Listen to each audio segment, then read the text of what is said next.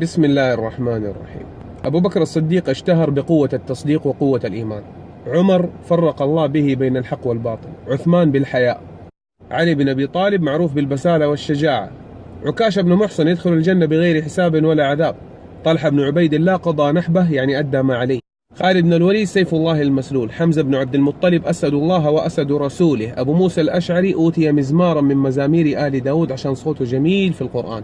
أبو هريرة حافظ السنة وناقلها روى 5374 حديث وما صاحب الرسول إلا 4 سنوات. حنظلة بن أبي عامر غسلته الملائكة بعد موته. لقد اهتز عرش الرحمن اليوم لموت سعد بن معاذ صاحب سر رسول الله. حذيفة بن اليمان أعلم أمتي بالحلال والحرام معاذ بن جبل.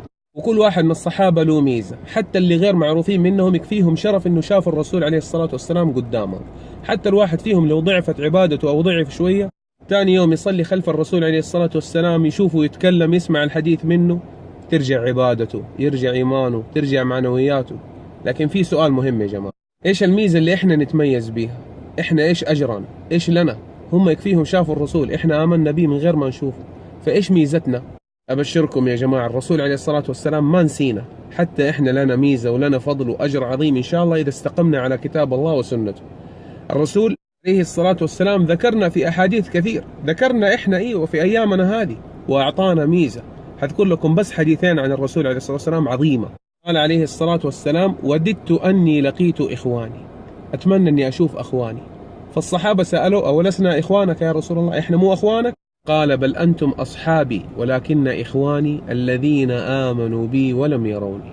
الله أكبر يا جماعة، عشان آمنا من غير ما نشوفه صرنا أخوانه. الحديث الثاني قال عليه الصلاة والسلام: إن من ورائكم أيام الصبر. يقول للصحابة إنه بعدكم حتيجي أيام اسمها أيام الصبر، اللي هي أيامنا دي، للمتمسك فيهن بما أنتم عليه أجر 50 منكم. قالوا: بل منهم يا رسول الله؟ قال: بل منكم. عارفين إيش معنى الكلام ده؟ يعني اللي يتمسك بدينه في أيامنا هذه أيام الصبر أجره بأجر 50 صحابي. حتى الصحابة استغربوا، 50 صحابي، فإيش قالوا؟ قالوا: بل منهم يا رسول الله، يمكن تقصد 50 واحد منهم. قال: بل منكم، يعني بإذن الله ميزتنا إنه عملنا يوازي عمل 50 صحابي إن شاء الله. لكن سؤال يا جماعة، كيف اشتياقك للرسول عليه الصلاة والسلام؟ هل أنت مشتاق له زي ما هو مشتاق لك؟ هو مشتاق لك وقال: نفسي أشوف أخواني اللي آمنوا بي ولم يروني.